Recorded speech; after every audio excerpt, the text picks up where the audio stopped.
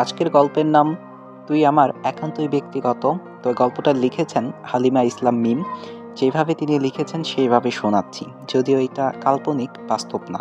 সন্ধ্যা ৮টা, খানবাড়ির অবস্থা এখন নাজেহাল। সবাই ব্যস্ত, পুরুষেরা অফিসে, বাড়ির কর্ত্রীরা সন্ধ্যা শেষে বসেছেন বাজারের লিস্ট করতে। কাল খানবাড়ির বিশাল আয়োজন, হবেই বা না কেন? কাল যে খানবাড়ির বড় মেয়েকে দেখতে আসবে, সবাই তো তাই এত ব্যস্ত। হঠাৎ খানবাড়ির দরজা দিয়ে প্রবেশ করল লম্বা, অতিরিক্ত ফর্সা, মাস্কুলার বডির অধিকারী আবিস খান। আবিস তাকে ঢুকতে দেখে বসার ঘরে থাকা সকলে তাকিয়ে রইল। সুমি খান এক চিৎকার দিয়ে দৌড়ে এসে জড়িয়ে ধরল আবিসকে, বলল, কোথায় ছিলি এতদিন আমার বাবা? আমায় রেখে কোথায় ছিলি? তাকে পুরোটা বলতে না দিয়ে আবিস বলল, ফারাসা কই, আমার বউ কই? গম্ভীর গলায় বলল। সুমি খান বললেন, ও তো ছাদে আড্ডা। আর বলতে না দিয়ে আবিস থামিয়ে দিল তাকে। সিঁড়ির দিকে পা বাড়ালো।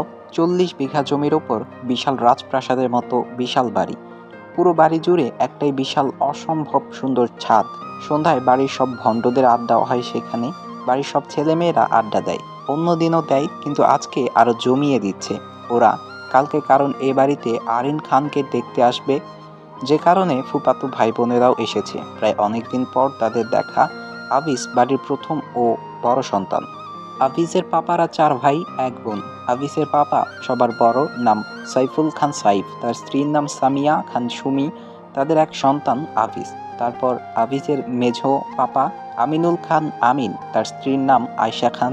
তাদের ৩ জন সন্তান, আরিন, তনু আর সাদমান। তারপর আবিসের মামুনি, তার নাম আফিয়া, তার স্বামীর নাম সৈকত খান। তাদের এক ছেলে এক মেয়ে, নাম সামিরান, আরেকজনের নাম সামির। তো আফিজের ৩ মাসের ছোট তার ছোট বোন সামিরা খান সারা, তনু এর ১.৫ বছরের বড়। তারপর আফিজের মেজো বাপা সাব্বিরে খান শাওন, তার এক ছেলে এক মেয়ে।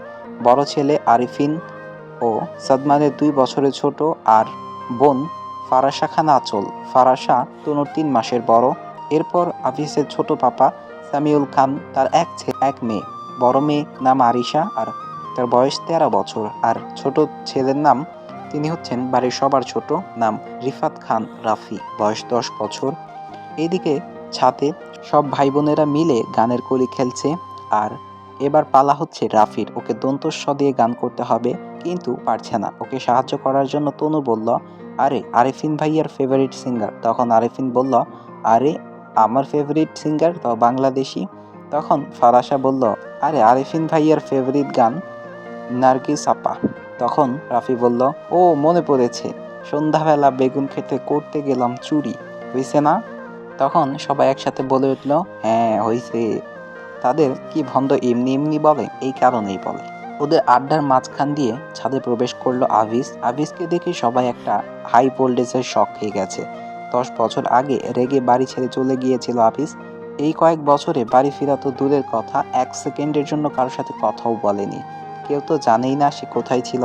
আবিসকে দেখে সবাই দাঁড়িয়ে গেল। তখন সারা বলল, আবিস ভাই আপনি কোথায় ছিলেন? ওর কথায় পাত্তা না দিয়ে আবিস বলল, ৭ সেকেন্ডে ছাদ খালি করতে হবে, কুইক। আর কেউ ১ সেকেন্ডও দাঁড়ানোর সাহস পেল না। সবাই একসাথে যেতে নিলে আবিস হ্যাচকা টান দিয়ে ফারাসাকে ওর সামনে দাঁড় করালো। তখন সবাই ভীত চোখে তাকালো আবিসের দিকে। তখন আবিস ঝাড়ি দিয়ে বলল, আমি কি যেতে বলেছি? তো গাইস, এই গল্পটা এতটুকু ছিল। এটা প্রথম পার্ট, এবং এই গল্পটা আশা করি অনেক বেশি ইন্টারেস্টিং হবে। তবে আপুকে একটু রিকোয়েস্ট করব একটু সুন্দর মতো লেখার জন্য। তিনি যেভাবে লিখেছেন আমার অনেক কষ্ট হয়ে যাইতেছে বুঝতে, এবং তোমরা বুঝতে পারতাছো কিনা এটাও আমি জানি না। তো গল্পটার অবশ্যই সেকেন্ড পার্ট দিব, তখন বুঝবা গল্পটা কেমন, আর তোমরা এই গল্পটা চাও কিনা। সবার সাথে ফারাসাও উঠে দাঁড়ায় চলে যাওয়ার জন্য, কিন্তু আবিস তাকে হ্যাচকা টানে ওর সামনে দাঁড় করালো। ফারাসা পরে যেতে নিলেও পারল না, কারণ আবিস অনেক শক্ত করে ধরে আছে ফারাসের হাত। সবাই পেছনে তাকালো। তখন সারা বলল, কিরে আচল আয়। তখন আবিস ঝাড়ি দিয়ে বলল, তোরা যা। দাঁত চেপে রেখে আবিস কথাটা বলল। সারা বলল, ভাইয়া আপনি তো বললেন। আবিস ভীষণ চটে গেল এবার। সে সারাকে বলল, stupid, I say just get out. সারার আর সাহস হয়নি দাঁড়ানোর। ওরা সবাই নিচে নামতে লাগলো। আবিস ওদের পেছন পেছন দরজা পর্যন্ত এগিয়ে দিয়ে গেল। ফারাসা ভাবলো হয়তো চলে যাবে, কিন্তু আবিস দরজা ঠাস করে লাগিয়ে দিল। ফারাসা একটু ভয় পেল। দরজা বন্ধ করে আবিস ফারাসার দিকে তেড়ে আস্তে আস্তে বলল, আবিস, এত বড় সাহস, নতুন লাং বানাস? ফারাসা এ কথায় একটু অবাক হলো, তাও কিছু বলল না, শুধু মাথা নিচু করে দাঁড়িয়ে রইল। ফারাসাকে কিছু বলতে না দেখে আবিস আরও রেগে গেল, বলল, তোকে কিছু জিজ্ঞাসা করছি আমি। ফারাসা তখন কিছু বলল না, তাই আবিস এক প্রকার চিৎকার করে উঠল, ফারাসা, অ্যান্সার মি। ফারাসা হালকা কেঁপে উঠল, তাও সে কিছু বলল না। আবিসের রাগ আরও বেড়ে গেল। আবিস বলল, আমার ধৈর্যের পরীক্ষা নিবি না ফারাসা, খুন করে ফেলবো তোকে আমি। ফারাসা এবার রেগে গেল। তখনও বলল, কে আপনি যে আপনাকে আমার পার্সোনাল জীবনের কৈফিয়ত দিতে হবে? প্রথমে একটা থাপ্পড় দিল আবিস। আবিস এ কথার উত্তরে বলল, আবিস, কি লাগি আমি তোর? ভাতার লাগি। শরীরের এত তেজ, রুমে চল, সব বের করব। বলে ফারাসার এক হাত টেনে ধরল আবিস। ফারাসার গাল লাল হয়ে গেছে, চোখে পানি টলমল করছে, তবুও সে কাঁদল না। ফারাসা নিজের হাত টানতে লাগলো, কিন্তু আবিস তাকে ছাড়ছে না, অনেক শক্ত করে ধরে রেখেছে, কিন্তু পরে ছেড়ে দিল। আবিস জানে ও নিজের রাগ কন্ট্রোল করতে পারবে না, এখানে থাকলে ফারাসের সাথে খারাপ কিছু হবে, তাই ও চলে যাওয়ার জন্য দরজার দিকে যেতে থাকলো। তখন ফারাসা হালকা চিৎকার করে বলল, বালের ভাতার লাগেন আপনি আমার? কই ছিলেন এই 10 বছর? তখন কই ছিল আপনার এই বালের অধিকার? আমি এখন অন্য কাউকে ভালোবাসি, খুব ভালোবাসি, তার জায়গা কেউ নিতে পারবে না।